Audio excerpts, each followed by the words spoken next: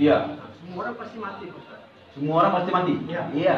Ketika di dalam kubur, kalau dia orang Cina, datang malaikat bertanya. Iya. Pakai bahasa apa, Ustaz? Pakai bahasa Cina.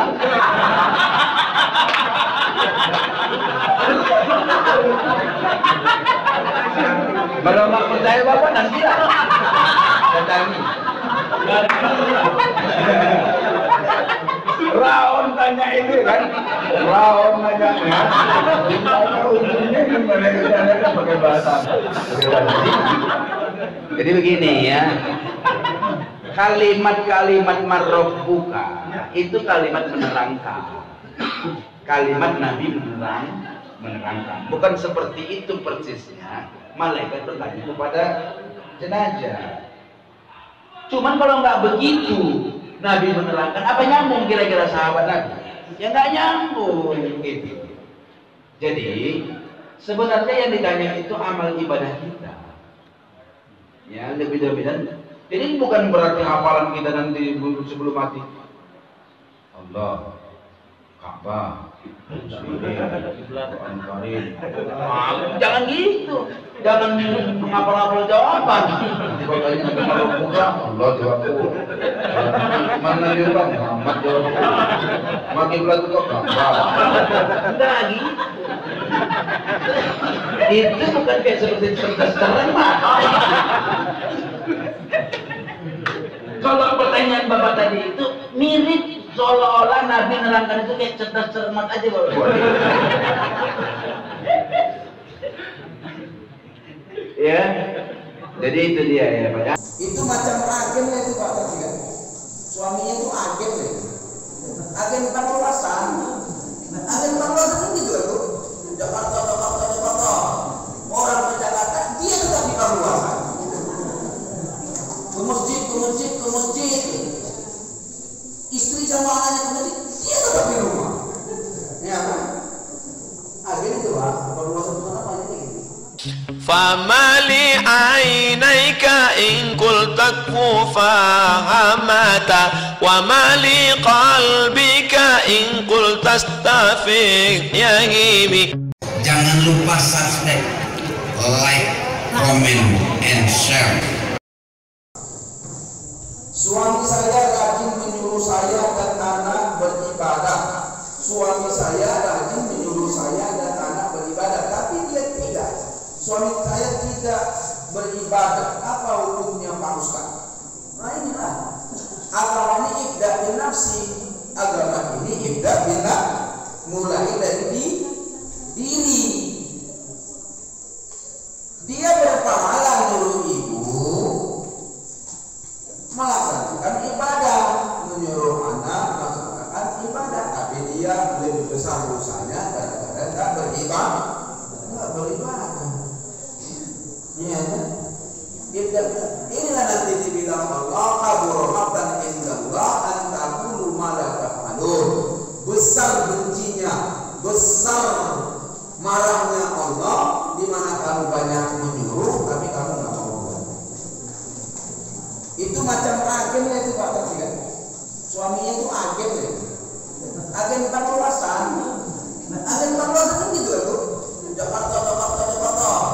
Orang ke Jakarta dia tetap di pengawasan. Ke masjid.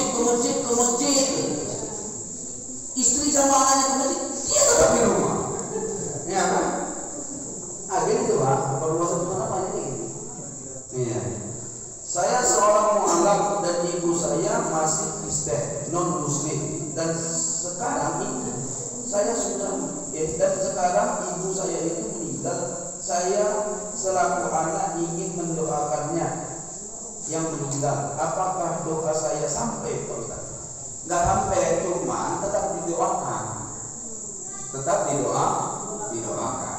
Didoakan yang baik-baik. Tapi apakah berterima doa kita ini untuk dia? Itu tidak. Misalnya kita minta, ya Allah, selamatkanlah ya Allah, ibu itu dari barzahnya, masukkan dia ke surga. Nggak sampai. Kenapa? Nggak sampai lah orang nggak ada beriman. Cuman kita sebagai anak tetap doakannya yang baik Pak, yang baik-baik. Dah.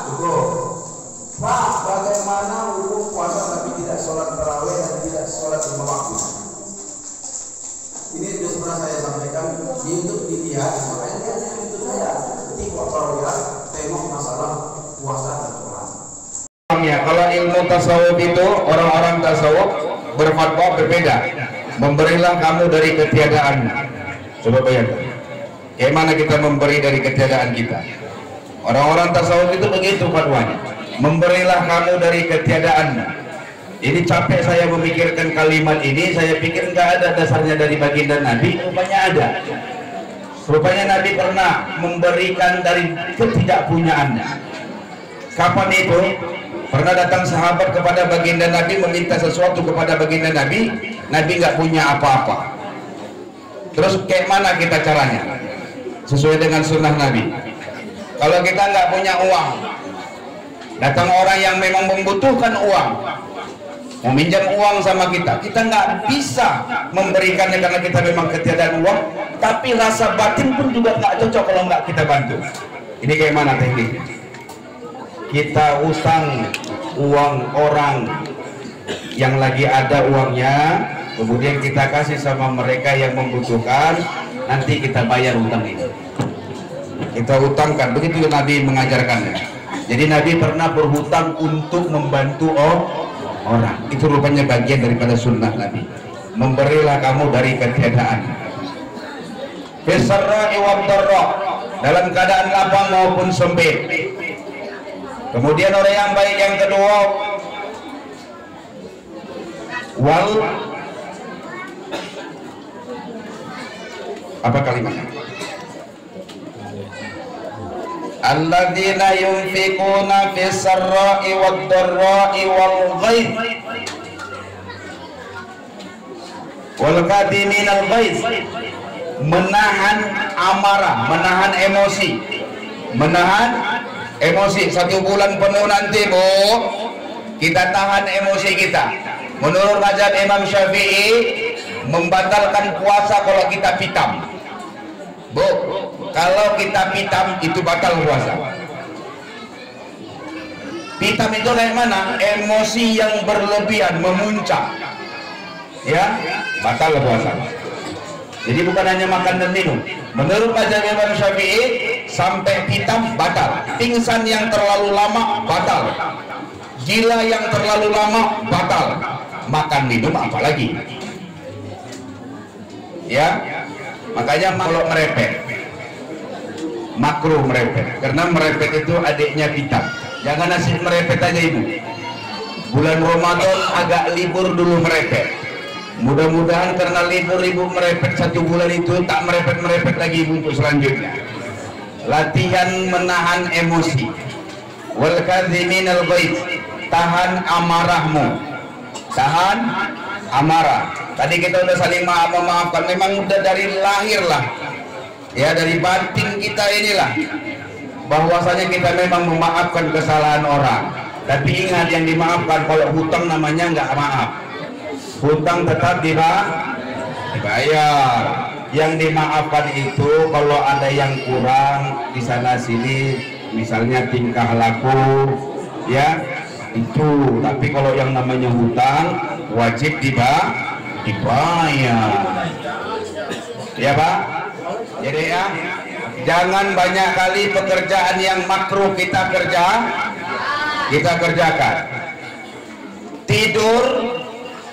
Tidur sejenak ketika berpuasa sunnah hukumnya. Tidur tengah 12, bangun jam 12, siap-siap sholat zuhur, sunnah hukumnya. Tapi kalau tidur sepanjang hari di bulan Ramadan, makruh hukumnya. Yang makruh ini kalau dikerjakan tak bernilai puasa, sekalipun puasanya tetap sah. Ada orang habis sahur tidur, bangun jam 12, sholat zuhur dia, habis zuhur tidur, bangun dia mau dapat asar, sholat asar dia, habis asar masih disempatkannya lagi tidur. Di situ mau buka, disitulah dia bangun. Kok tidur aja kocok? Biar jangan terasa lapar mak. Biar jangan terasa lah. Ini sebenarnya bukan orang yang puasa. Ini orang yang latihan meninggal. Jangan dicoba-coba latihan meninggal ini ya. nanti meninggal betulan Bu. Ya kan? Ada hadis Nabi, laula an asyaqqa ala ummati la amartuhu bisyiwaki inda kulli shalah. Kalau Allah enggak memberatkan bagi umatku, aku perintahkan tiap saat untuk bergosok gigi ketika hendak melakukan wudu ataupun sholat. Itu sunnah muakkadah. Tapi kalau lagi puasa makruh. Jangan kumur-kumur mau berwudu. Jangan kumur bau Pak Ustaz. Kalau zuhur asar itu kan udah mulai bau gitu. Bau karena lapar. Iya kan? Bau Pak Ustaz. Iya, biarin aja baunya. Ya. Oke. Bau mulut orang yang berpuasa di sisi Allah lebih baik daripada minyak misik. Minyak misik itu apa? Harum kasturi. Ya, itu lebih baik di sisi Allah daripada harumnya kasturi. Tapi di sisi Allah bagi kawan sebelah enggak. Jangan asik bercakap aja awak siang-siang bulan Ramadan, kawan udah kebauan. Gitu-gitu dia. Mau tutup mulut gini segan, mau ninggalkan segan, ujungnya dia gini. Udah susah dia menghadapi cakap awak itu, ya kan? Asik bercakap aja awak ditahan, ditahan. Jangan banyak diam aja lah. Banyak dia. Oke Bu, siap kita Ramadan ini. Banyakkan amalan Ramadan. Amalan Ramadan itu ada yang dilipat gandakan Allah setara dengan amalan wajib. Ada yang dilipat gandakan Allah sampai 70 kali. Ada yang dilipat gandakan Allah sampai lebih baik daripada 1000 bulan. 1000 bulan itu 82 tahun lebih. 82 tahun lebih. Kita punya umur cuma 60-70 tahun meninggal dunia. Coba kalau dapat kita satu aja Lailatul Qadar, amalan yang lebih baik daripada 1000 bulan itu tadi. Umur boleh 70 Pak Ustaz, tapi amalan di sisi Allah 82 tahun lebih. Ini dia. Ada satu amalan kita di sisi Allah yang lebih baik daripada 82 tahun lebih, padahal umur di dunia cuma 70 tahun. Nih, kalau sempat dapat 3-4 kali Lailatul Qadarnya dalam seumur hidup, apa nggak keren? Apa nggak 200 tahun lebih? Umur cuma sedikit, tapi ada satu amalan yang di sisi Allah 200 tahun lebih nilainya. Kalau junubnya di malam hari, Ya. kemudian sahur dia sahur, Ya. baru dia berpuasa, lupa junub itu tadi makruh ya? Makruh dia hanya sekedar, kan orang katanya yang kalau jualan khamar bersubahat sebab menyediakan orang minum khamar. Terus bagaimana kalau menyediakan makan minum orang yang berpuasa? Contoh seperti warung nasi. Jangan lupa subscribe, like, comment, and share. Assalamualaikum warahmatullahi wabarakatuh. Alhamdulillah, hamduka ya man awdah talana subul hidayah. Wassalatu wassalamu ala asyrafil anbiya'i wal mursalin sayyidina Muhammad wa alihi wasallam. Pemirsa yang dirahmati Allah, pada hari ini di 3 Ramadan 1443 Hijriah ini sudah masuk 4 tanya jawab dari masyarakat yang sudah diterima oleh tim kita di Jalan Ragipane ini. Pertanyaan itu seputar Ramadan yang kita kumpul selama 1 bulan ini. Ada 4 pertanyaan yang menarik yang sudah disalin oleh tim kita.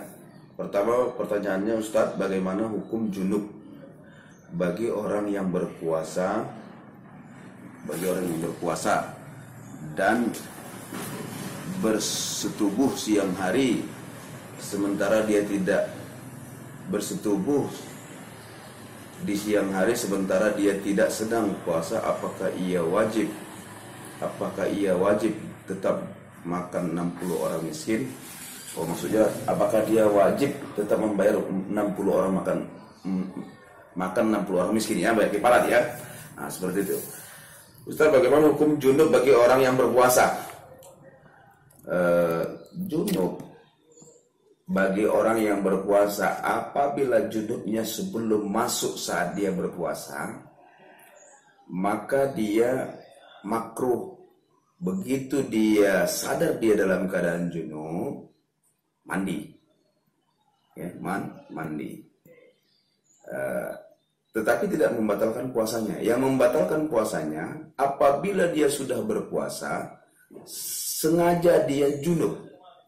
Dengan sengaja dia junub. Nah, begitu ya. Apakah dia keluar mani dengan cara dibuat atau bersetubuh dan lainnya, atau bermesraan. Nah, itu dia batal apabila keluar mani atau junub.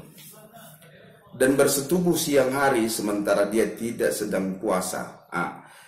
Bersetubuh di siang hari sementara dia sedang tidak berpuasa. Begini, mau puasa mau tidak puasa, asal bersetubuh di siang hari dapat kifarat. Kifaratnya bukan hanya memberi makan 60 orang miskin, tetapi puasa 2 bulan berturut-turut. Ingat ya, berturut-turut itu harus memang berturut-turut. 2 bulan itu harus berturut-turut. Nggak ada perbedaan pendapat ulama di sini. Memang harus berturut-turut lah. Yang apabila batal di tengah-tengah, dia gagal dari berturut-turut tadi. Dia harus ulangi lagi dari awal untuk 2 bulan berturut-turut. Jika tidak mampu, baru memberi makan 60 orang miskin atau memerdekakan budak, karena budak sudah tidak ada lagi. Nggak perlu kita singgung persoalan pembebasan budak. Seperti itu dia. Jadi Ustaz, Ya. kalau junubnya di malam hari, Ya. kemudian dia sahur, Ya. baru dia berpuasa, lupa junub itu tadi makruh ya? Makruh. Dia hanya sekedar makruh, tapi begitu dia tersadar dia junub, maka dia mandi. Seperti itu. 2. Kan orang katanya yang kalau jualan khamar bersubahat sebab menyediakan orang minum khamar. Terus bagaimana kalau menyediakan makan minum orang yang berpuasa? Contoh seperti warung nasi. Nah, begini. Orang yang menjual khamar, dia saat menjual khamar saja sudah haram. Tak lagi subhat. Subhat itu antara haram dengan halal. Dia sudah haram. Dia sudah melakukan perbuatan haram. Kenapa? Karena dia melakukan perbuatan jual beli yang tidak dima'rufkan atau yang tidak dihalalkan oleh Allah dan Rasulnya. Kemudian kalau jual nasi kan memang tetap halal. Nah, ingat, menjual nasi untuk orang yang berpuasa ini, dia menjual nasinya khusus berpuasa sehingga ditujukan untuk orang berpuasa. Apa memang dia sebelumnya memang jual nasi? Kalau seperti contohnya ini gimana? Apakah warung nasi itu hanya adanya di bulan Ramadan, barulah kita klaim dia menyediakan makan untuk orang yang berpuasa. Tapi kalau dia memang pedagang nasi, orang yang datang ke situ membeli dagangannya, dia tidak ada subhat atau tidak ada dosa, ya, tidak ada perbuatan haram yang dilakukannya. Hanya saja dia harus menaati dan memberikan contoh teladan yang baik. Warung nasinya atau warung kopinya itu harus ditutup horden, harus ditutup tirai, supaya orang yang makan dan minum di warungnya itu tidak dilihat atau memperlihatkan dia kepada orang yang sedang berpuasa. Itu dia. Nah, seperti itu. Jangan lupa subscribe, like, comment, and share. Yang ketiga, hukum suntik vaksin di bulan Ramadan, sementara kalau tidak vaksin tidak bisa mudik. Begini. Vaksin ini memasukkan cairan ke dalam tubuh. Memasukkan cairan dengan sengaja, tapi tujuannya selain mengobatin pasien, supaya pasien itu bertambah staminanya, seperti makan dan minum. Ramadan itu baru batal. Begini, kita kan sudah sholat taraweh 20 rakaat, kemudian masuklah witir 3 rakaat. Nah, sebelum masuk kita ke witir 3 rakaat, jangan lupa subscribe, like, comment, and share. Assalamualaikum warahmatullahi wabarakatuh. Alhamdulillah, hamduka ya man awdahtalana subul hidayah. Wassalatu wassalamu ala asyrafil anbiya'i wal mursalin sayyidina Muhammad wa alihi wasallam. Pemirsa yang dirahmati Allah, pada hari ini di 3 Ramadan 1443 Hijriah ini sudah masuk 4 tanya jawab dari masyarakat yang sudah diterima oleh tim kita di Jalan Ragipane ini. Pertanyaan itu seputar Ramadan yang kita kumpul selama 1 bulan ini. Ada 4 pertanyaan yang menarik yang sudah disalin oleh tim kita. Yang ketiga, hukum suntik vaksin di bulan Ramadan, sementara kalau tidak vaksin tidak bisa mudik. Begini, vaksin ini memasukkan cairan ke dalam tubuh, tetapi disebabkan harus melakukan itu, bukan ada tujuan untuk yang lain daripada itu, maka hukumnya makruh. Ya, halal dan makruh. Makruh itu dalam arti lebih bagus dihindari daripada harus mengikuti vaksin tadi. Tapi kalau harus terdesak, dia tidak membatalkan puasa. Seperti bekam mengambil darah. Bekam ini pun juga makruh kalau bagi orang yang berpuasa. Tetapi lebih bagus nggak usah bekam, ya. Tapi bukan berarti kalau bekam batal puasanya, tidak. Nah, berbeda dengan apa namanya itu? Kalau di rumah sakit itu apa namanya? Infus. Berbeda dengan infus. Kalau infus itu memang sengaja menambah stamina tubuh. Ada dia efek membuat kenyang, membuat tidak yang seperti itu. Jadi melihat kondisi keadaannya, kalau vaksin itu memang dibutuhkan dan sangat darurat untuk dilakukan, karena itu harus dilakukan, apalagi masa COVID-19 ini, maka itu diperbolehkan, ya. Tapi lebih bagus menghindarinya. Kan bisa vaksin malam hari, seperti itu. 4. Cara tahajud di bulan Ramadan dan hukum tahajud kita sudah witir di masjid. Kita stop berjamaah witir dengan imam di masjid. Maka kita pulang cepat, pulang bersegera ke rumah supaya dapat mengambil bangun di 1/3 malam. Ya, di 1/3 malam itu kita ambil bangun. Kemudian kita sholatlah 2 rakaat atau 4 rakaat, ditutup nanti dengan witir selesai tahajud. Nah, seperti itu. Yang penting tahajud ini belum sampai dapat waktu menjelang fajar atau imsak, seperti itu, ya. Nah, kalau sudah dapat waktunya di waktu fajar, tidak ada lagi tahajud baginya, kan seperti itu. Nah, yang ada hanya sholat sunat fajar, yakni sholat sunat 4 rakaat 2 kali salam sebelum melaksanakan sholat subuh. Saya rasa ini aja 4 pertanyaan yang perlu disampaikan pada kesempatan Ramadan kali ini di 3 Ramadan 1443 Hijriah atau di tanggal 5 April 2022. Saya mengucapkan selamat berpuasa bagi yang melaksanakan puasa, dan terima kasih untuk orang-orang yang menghargai orang-orang yang berpuasa, terkhusus untuk kita yang berada di masyarakat yang multi etnis, multi agama, ya, multi ras, multi agama di Kota Pematang Siantar ini. Billahi taufiq wal hidayah. Assalamualaikum warahmatullahi wabarakatuh. Istri saya itu husnul khotimah karena istri saya itu rajin marhaban. Asal mau ketawa aku udah gigit ini ulama, gigit sedikit kuat-kuatnya supaya aku jangan ketawa dia lagi bersedih. Seperti sholat kita ini, sholat isya ini amal soleh itu. Ada umat ini tak pandai dia membedakan amal baik dengan amal soleh. Ada satu cerita, ini fakta. Meninggal bini kawanku. Aku pas kebetulan takziah, Pak. mengasih kata-kata tausiah. Selipnya sikit, duluan aku ngasih kata tausiah, baru ahli baik menyambut di ujung takziah ketiga itu. Biasa begitu di sini. Malam takziah ketiga dikasih nasihat sama ahli musibah. Biasa itu. Baru setelah kita sampaikan nasihat kepada ahli musibah, dibalaslah sama ahli musibah ucapan terima kasih. Ya kan? Seperti itu kan? Selipnya di situ. Duluan aku bercakap, baru ahli baik. Dibilang ahli baik itu lebih. Dengar, simak masing-masing.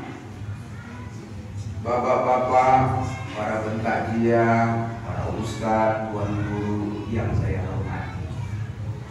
Saya selaku ahli musibah, suami dari almarhumah istri saya, mengucapkan ribuan terima kasih kepada kaum muslimin yang sudah menyelesaikan fardu kifayah istri saya mulai dari awal sampai akhir, bahkan bertakziah ke rumah kami ini 3 malam berturut-turut. Perlu saya sampaikan bahwa istri saya itu adalah orang yang baik. Saya yakin sekali istri saya itu husnul khotimah, karena istri saya itu rajin marhaban. Karena istri saya itu rajin marhaban. Geli asapku, mau ketawa aku, udah gigit gigi ini kulagap, gigit sedikit kuat-kuatnya supaya aku jangan ketawa dia lagi bersedih. Karena dia bukan lama. Memang itulah yang keluar dari hati yang sesungguhnya. Dia tidak tahu membedakan apakah marhaban itu mengantarkan ke surga, mana. Aku baru itulah dengar bahwa ada orang bilang marhaban mengantarkan orang husnul khotimah. Sudah tak tahu umat mana yang amal soleh, mana yang sekedar amal-amal biasa. Bukan salah marhaban itu berpahalanya. Tapi tak itu patokan bang.